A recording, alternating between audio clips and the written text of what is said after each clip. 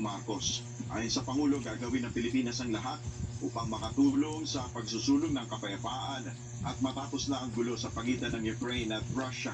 Nagpasalamat rin si Pangulong Marcos sa Ukrainian President sa pagkakataon na makabisita sa Pilipinas matapos ang pagdalo sa Shangri-La Summit.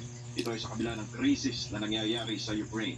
Pagkakataon rin ito ay kay PBBM upang talakayin ang iba't ibang issue para sa kapakanan ng dalawang bansa. Yan muna ang ating update. Balik sa iyo, Aga. Maraming salamat, Nel Maribuno. Pinalaw ng mga opisyal ng Department of Migrant Workers ang dalawang overseas Filipino worker na nasa death row sa Brunei. Personal na nakausap ni DMW Secretary Hans Leo Cacda, sina Edgar Tuzon at Cyril Tagapan kung saan ipinaabot nito ang patuloy na suporta ng pamahalaan ng Pilipinas sa dalawa nating kababayan.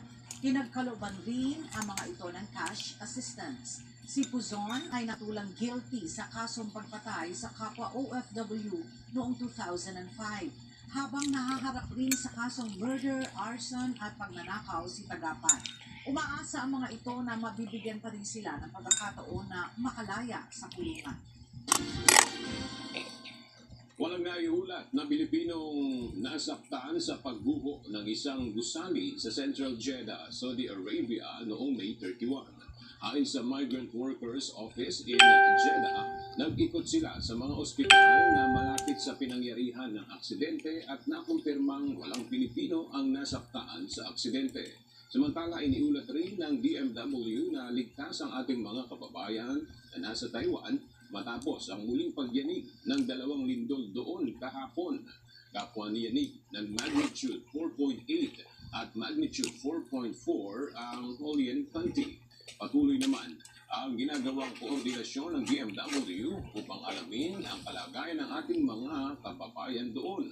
Tulad ng Taiwan, niyanig rin ng magnitude 4.8 na lindol kaninang umaga ang Northern Prefecture sa Honshu, Japan.